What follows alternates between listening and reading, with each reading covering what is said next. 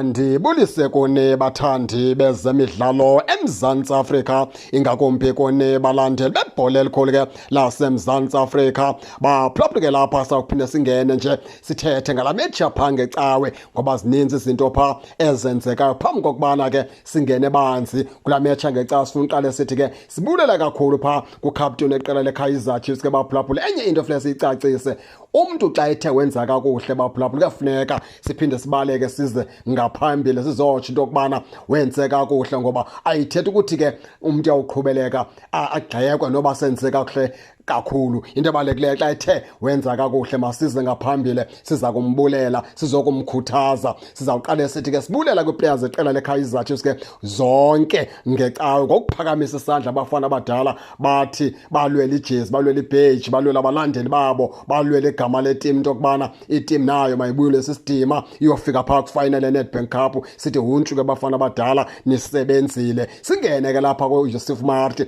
njengekapteni ke yeqela leKaizer Chiefs. Umfana omdala ngecawe usebenze njengeleader. Umfana omdala uye wangumzekelo ophilayo, wangumzekelo omhle. Performance buyiphethe pha ngacawe. Umfana omdala ubusisiqiqiqi, usisiquququ, usisicingwana esenze into yokubana ke iSundowns ingakwazi ugqobhoza. Sithi ke kuwe ke Yusuf Marty nanku umyalezo, qhubeleka ke ndoda, ibambe pha kula performance, ungaphinde uyitshintshe nangomgqibelo njengoba uzawudlala. Uzuyibambe pha kula performance mfana omdala, ungayijiki, ngoba xa ungayijikanga sawutsho siyazi ukubana ke awunikwanga ibhanti njengephutha. Usebenzile. Abantu abaninzi banebhola ke ndicinga uba mhlawumbi kabayiqwalasele ibhola apho ibipaswa nguDove ngasemva wenza iphutha, wayinikeza pha uPeter Shalulile, wathi igoqo uShalulile ngesipidi esikhulu wasijula uMarty pha, wasijula ijacu yatshoku umfana omdala yabeka iKaizer Chiefs apho ke iyasinda emlonyeni ngonyama. Zininzi ke Marty ke izinto zenzileyo ezintle kula mechi mfana omdala, asinozikhankanya zonke. Sawuse sithi nje siyabulela ngeperformance yakho mfana omdala, sikubonile isandla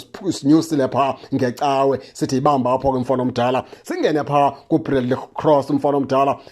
uCross mfana omdala siyavuma iSundowns ithe yaplana ngayo, ngoba ithe mayijonga udongo lokugqibela leKaizer Chiefs pha yadelela icala likaCross, yacinga izawusebenza ngalo kakhulu. Kodwa ke noko uCross usiqhwithele pha, ulwe kakhulu umfana omdala, ulwe kakhulu umfana omdala, walwa futhi ke kwade kwalweka kophela umdlalo. Nakuye ke uBradley Cross sithi mfana omdala amandla wakho pha ngomgqibelo, pha ngecawe siwabonile mfana omdala, uzamile ukulwa futhi ke kwenzeka. Sithi nakuwe ke qina, uyibambe lapho, ungabi satshintsha, usebenzile mfana omdala.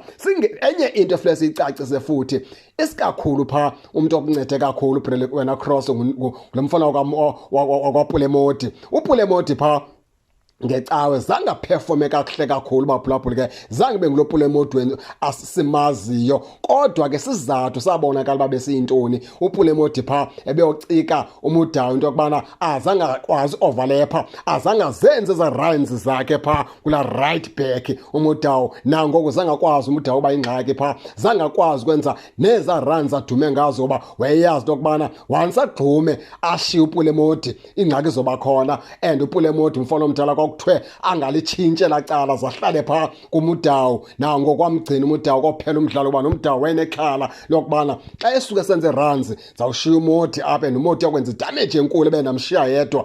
Nomudawo kwanyanza into yokubana umfana omdala makastike pha ahlale kulaa ndawo eyi-1 kwade kwaphela imeshi. Yenye yezinto ke ndicinga uba ke yayiphathe ye-game plan ke kaMr Nabi, futhi yasebenza loo nto yokubana kucika umudawo angakwazi ukwenza runs pha kwelaa cala right. And loo nto ke yayibulala iMamelodi Sundowns kakhulu, ngoba ixesha elinintsi iSundowns eza runs zikamudawo ziyayisebenzela. Siqhwabe ngezo zibini napha ke kuPulemoti ngendlela umfana omdala ke wenza ngayo. iKaizer Chiefs yonke ke yasebenza. Sundowns ke singene kulo mcimbi ke we-offside, basisanqwe ku-social media namhlanje kuzathetha into yokubana iKaizer Chiefs ke iwezwe ngusompempe. Sifuna ukuthi ke thina abafana abadala xolani, selana amanzi nilale ngenxeba, ngoba nani niyakhumbula ukubana ke games ezininzi niziphumelela kodwa ke zikhona lapho ke osompempe bebesenza impazamo khona nani baniwelise ngemistakes zabo abantu abaninzi bathi ke akhonto bazobasayenza sekunjalo nakunike makube njalo bafana abadala nyamezelani xa niyibona i-offside nina nani velani nyamezela ngoba akhonto yobasatshintsha ngoba ke usompempe nani